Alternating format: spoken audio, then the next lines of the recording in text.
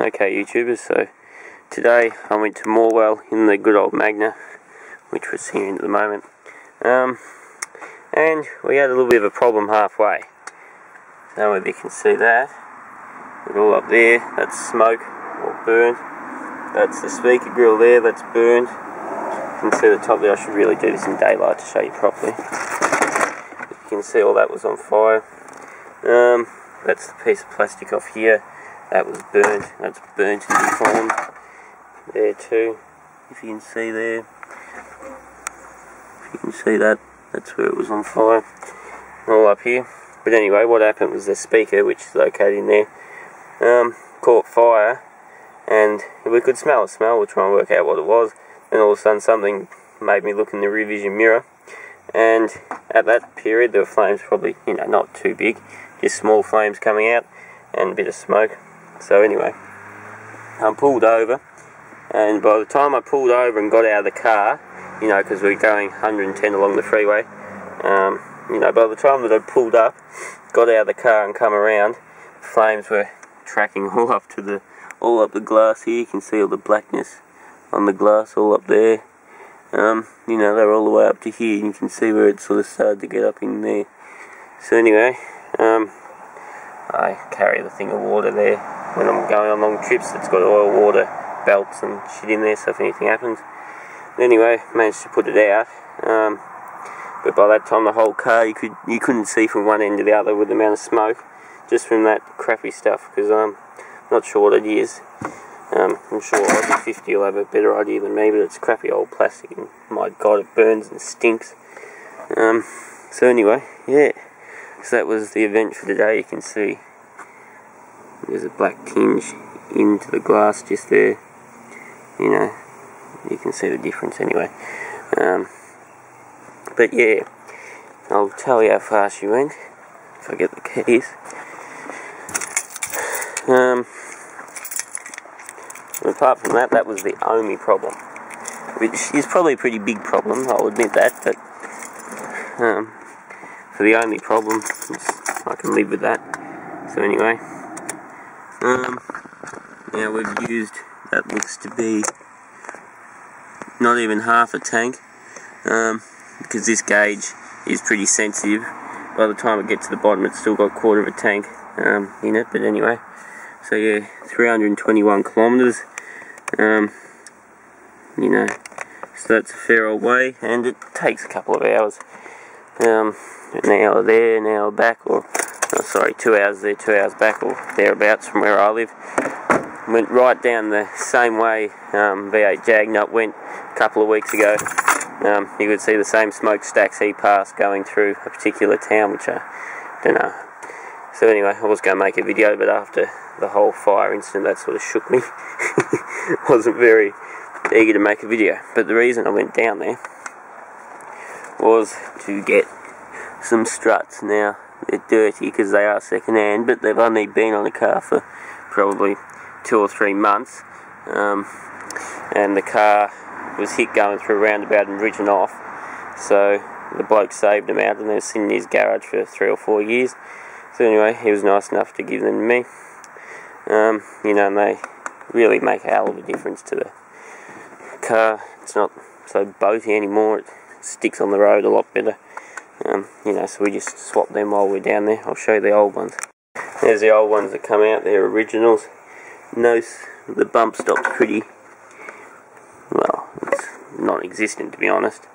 And yeah, so they were pretty pooched. I mean, it was leaning down significantly on one side. One side was about 2 inches lower than the other, and the whole car, when I put these new ones in, is now about 3 inches higher overall and level, so that's good.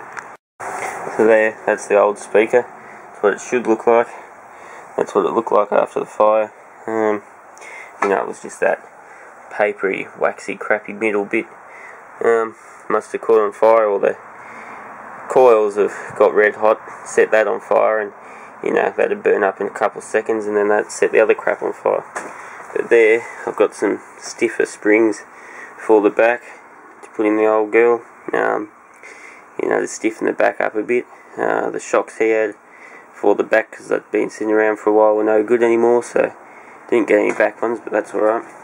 And here's the rest of the whole interior out of another car there. That's the bit that needs to go in, that's all burned.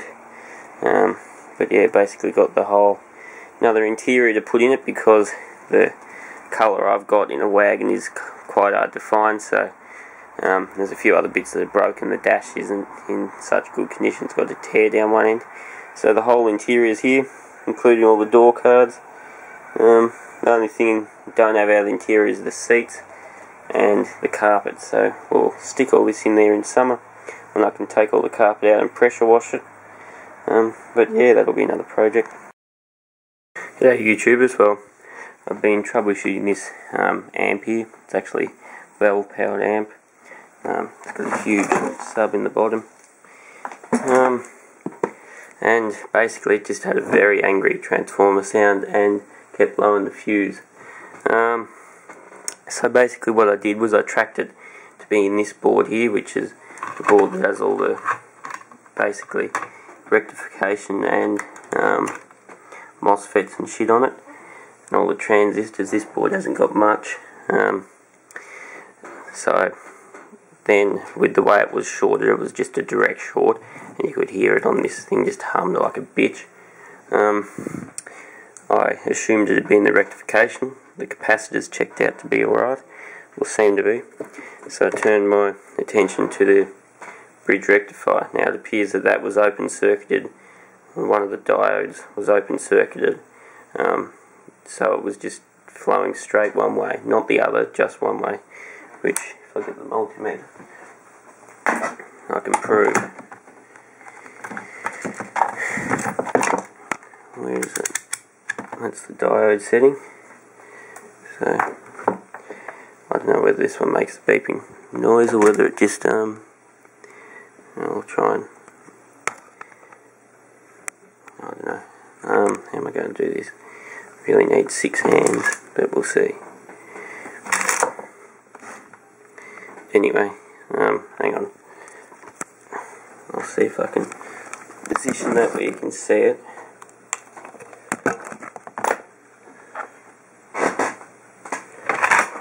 What can I set it on? I don't know. This hard drive, this will do. Really, I'm going to great lengths to prove something that you believe anyway, but still. Alright, so now this is flowing one way. So this is on diode check. This is flowing one way, as you can see,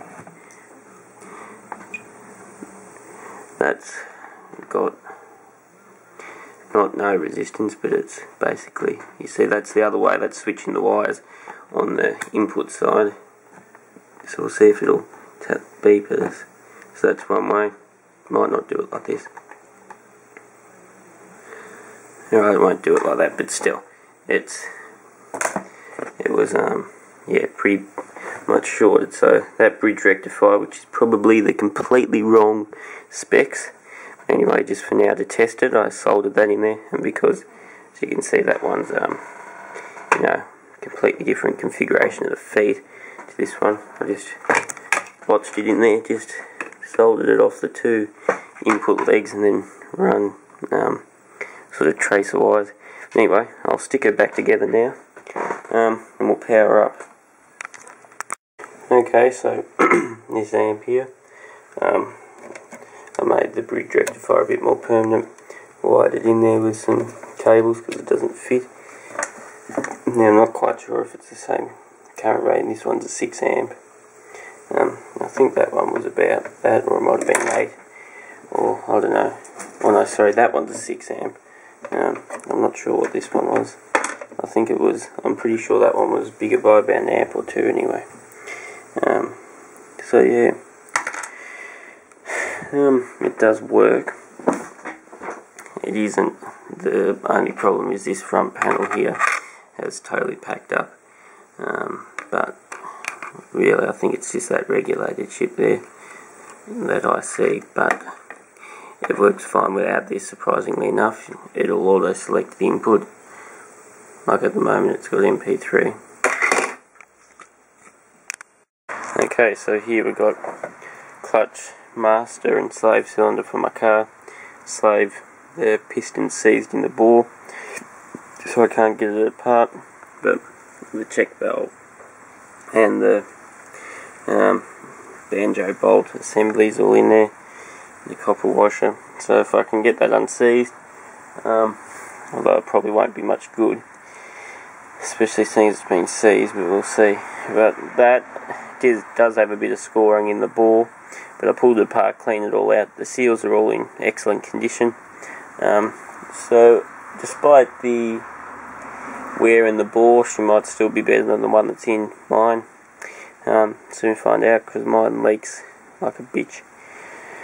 So I'll stick that in one day and we'll see if it's any better, because I'm pretty sure it's been leaking down from the back here down, because it's just a dribble all down the firewall, even though that part is recessed into the firewall.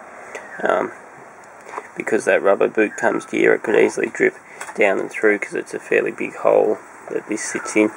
Like the hole's got a 1/4 of an inch on the bottom, probably an 1/8 on the top, or maybe a little bit more on the top, maybe 1/4 of an inch, 1/4 of an inch. Although, yeah, it could be about that, because that's the only size hole saw I had, so that's what I got cut at. So yeah, I'll make a video of installing them and pulling it apart when I pull that apart next. But yeah.